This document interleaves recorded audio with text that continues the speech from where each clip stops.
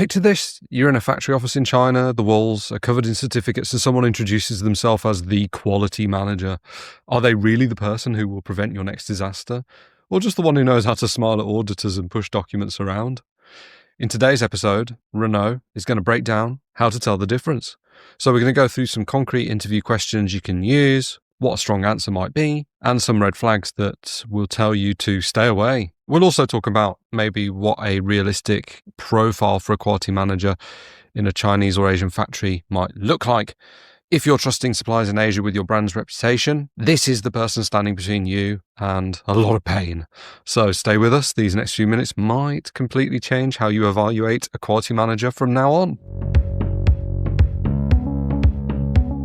You're listening to China Manufacturing Decoded from the Sofeast Group.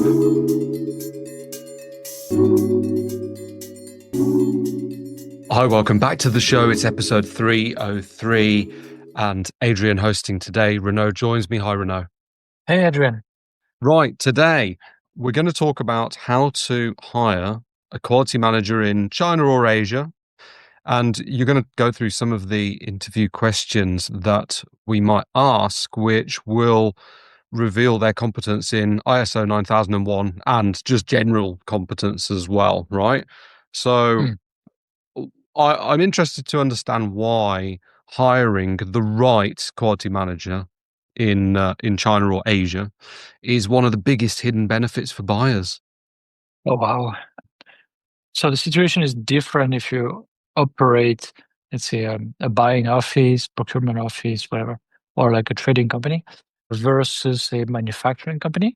But in every case, if quality matters in your business, right, which is not always the case, if you sell, I don't know, sand, to construction companies and to make, cement and so on, maybe it doesn't really matter. It's totally commoditized. But there's a lot of products where, quality actually matters and it has to be managed. And that requires, let's say, some domain competencies. It's not like you can pick someone who's smart and show them the process and they can do it. Yep. There's this number of tools and some experience is needed and so on and so forth. So usually it's important to have someone to manage all the quality aspect of things and to manage, let's say, a quality department that might include some, inspectors, auditors, whatever, analysts, and so on. And you can have, so when it comes to a quality manager, and the idea for this podcast comes from sometimes we get some questions. Hey, like I need some tips. I'm looking for a quality manager. Okay, what's important to you? Oh, we need to get ISO 9001 and really need to do a good job at putting in place a really good quality management system, and we also need to be certified to reassure our customers. Okay, so do you want a document pusher? Who will, maybe work with a consultant, get some paperwork that will make auditors happy? Or do you want someone who actually will lead, the improvements in your company? That's quite different. And someone who really understands how to build, streamline processes, map processes, streamline processes, find ways to improve them and to show the rest of the organization why it's important and how to do it and who will follow up and all these kind of things, right? Quite different. But here we're going to focus on, like, let's say you have a few candidates and how to pick the right kind of person. Just a few tips here. So these particular questions that we might be asking, I mean, listeners will probably be thinking, okay, fine, if I'm going to hire a person like this, then what should we ask them to get an understanding of their competency? You've written some in the past, and I guess you can add a few to it here as well. So we can go through, I don't know, 5, 6, 7, 8 questions, maybe the kind of answer that we're looking for, but also maybe some red flags that could mean trouble. Right. So if you're looking for someone who really has intimate knowledge of the ISO 9001 standard, you can ask some, kind of trick questions just to see if they really know the standard, right? It doesn't mean they know what to do with it and so on, but at least do they like are they familiar with it and do they kind of understand the logic, right? So okay, you can really go for trick questions like what is the close number for some whatever, for example, for preventive actions, right? And then if they say, Mm. oh, okay, so it's close at 8 point something, okay. If they are, let's say, directionally correct, it's fine. If the analysis, right, it's after all the support functions and the doing functions is the analysis and improvement that that section of the standard. Okay, and then you can say, okay, so well, preventive actions. I mean, what is what would an auditor look for if they ask for a preventive action and you actually show them something, and then there's a certain number of points, but if they skip something really, really important, like root cause analysis or verifying the effectiveness of countermeasures or things like that, you'll be like, whoa, no, they haven't really worked on this topic really in the details. If they don't know something like that, it should be like really automatic, right? You can ask sort of definitions, what is a quality policy? What are the quality objectives? And then if they explain a little bit, well, the policies where you stipulate, okay, like the company as sort of as a mission, wants to satisfy the needs of the customers and wants to improve over time, blah, blah, blah. Okay. All right. And maybe ask them for an example, maybe from their previous company to see if they really stuck very closely to the wording of what the standard requires versus they kind of took some freedom and which kind of shows they understood that it's not just about pleasing the auditors, right? Mm. And then quality objectives, give me a couple of examples of quality objectives. Okay, like, and then how is it linked? How are the objectives linked to the policy? The objectives are a way to ensure that the policy itself has some legs, right? Mm. It's gonna be effective, and if they cannot even explain that, there's a problem. They've never been trained properly to it, right? Or you can say something much more general. If it's someone who's pretty good at explaining concepts, okay, in a management review, okay, which is like at least once a year, if you go for certification audits, you collect all kinds of information, including internal audit and your the data you collected based on your objectives and a number of other things, and then you do a management review. That's what they call. Doesn't have to be a meeting or anything like that, but at Mm. least you need to review all these inputs, and then you need to discuss it, or maybe make some decisions, and then have some outputs about it, right? Okay, so the standard tells you at a high level what that process should include at a minimum, right? And then you say, okay, just yeah, walk me through what would be on the agenda typically.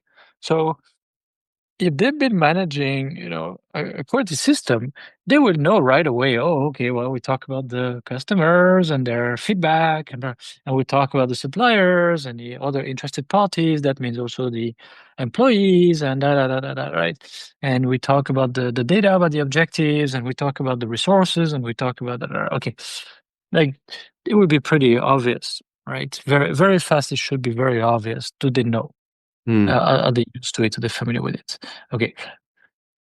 So you can go more like, as I mentioned, more or less into trick questions versus show me your understanding of how the different parts of the standard kind of work together and show me that you've really been working on that into the details. Otherwise, well, not too good, right? You can also, of course, say, well, this is our situation, imagine you join the factory. It's it's certified, but we have some issues. This is some examples. We have a lot of maybe customer complaints, blah blah blah. Okay, like what would you do? And then some people would say things like, "Oh, I talked to the customers and like make sure they are happy or something." Okay, that doesn't mean anything, right? Like, what do you actually do to improve, the fundamentals, the systems, the processes, etc. Right? Or at least, actually, the best answer might be, "Oh, no, first I will review these customers, like what is the standard that we agreed on with them? What are the actual findings that support their complaints? What is the gap?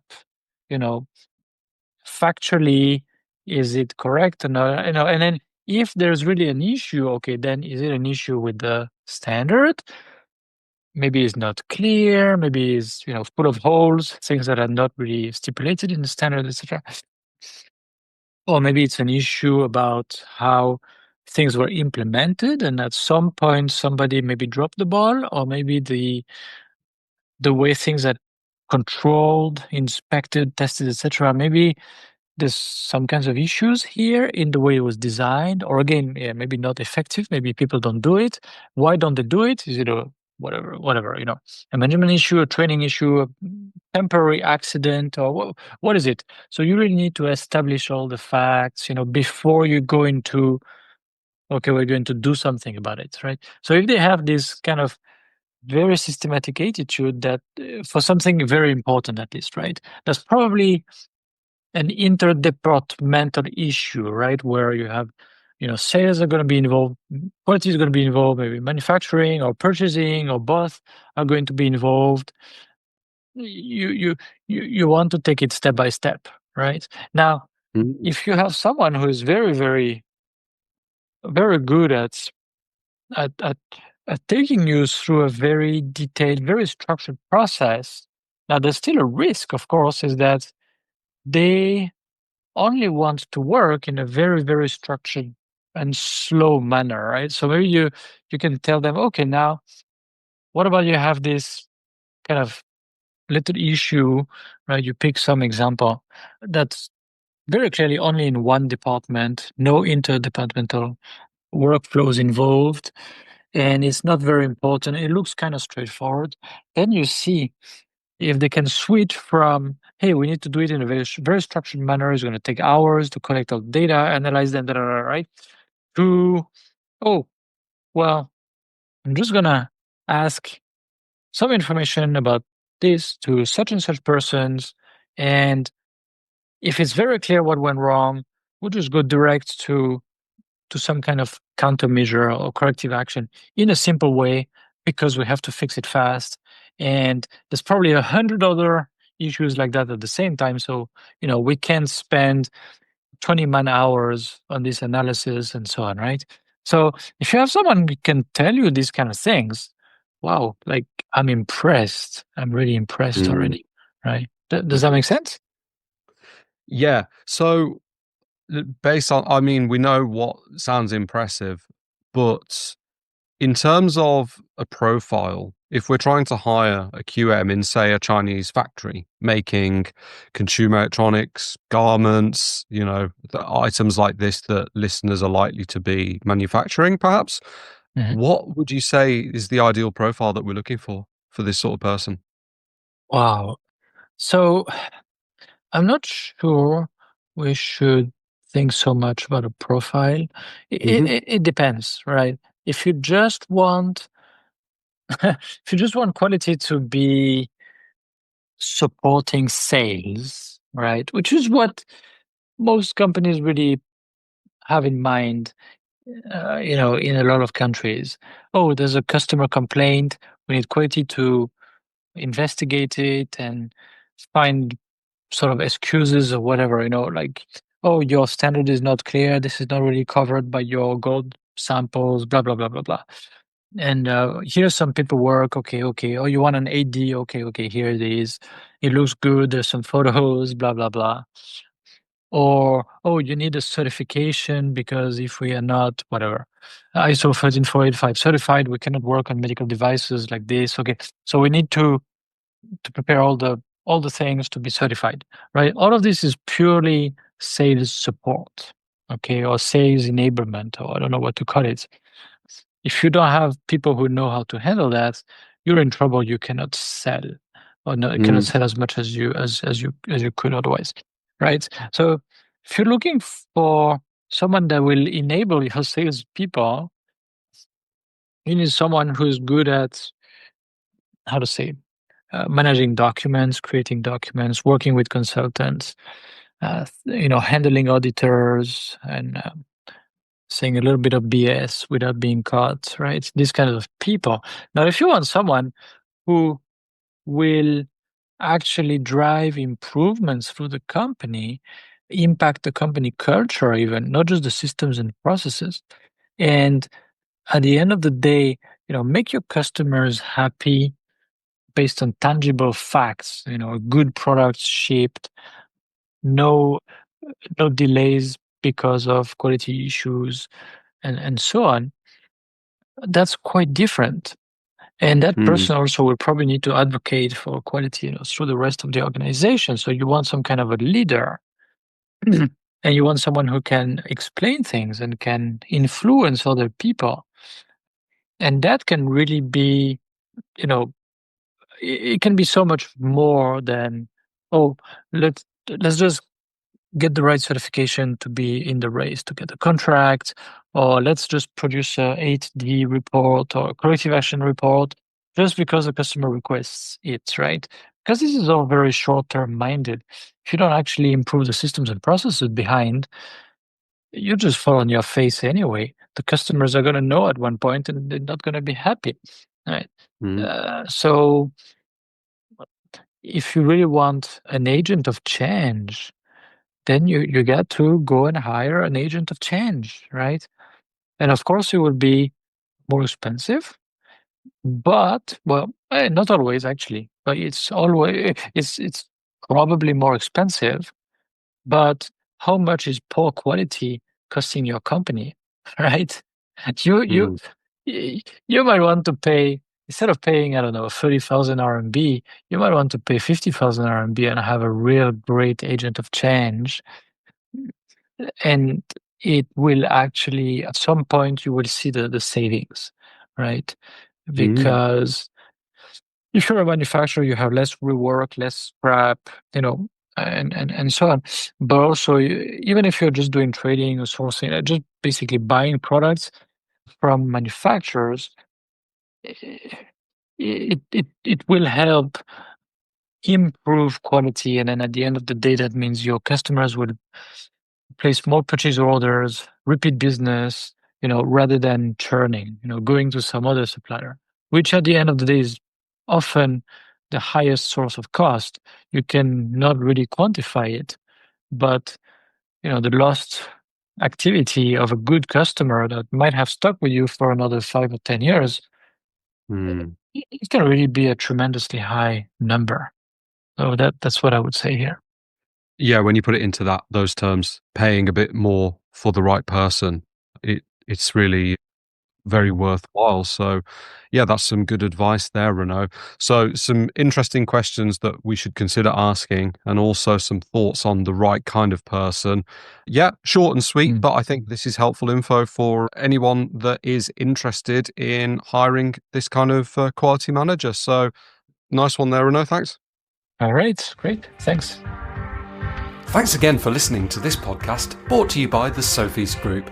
We're on a mission to provide you with everything you need to manufacture effectively in Asia, including inspections, auditing, new product development support, contract manufacturing, 3PL warehousing and fulfillment, and much, much more across Asia's key manufacturing areas.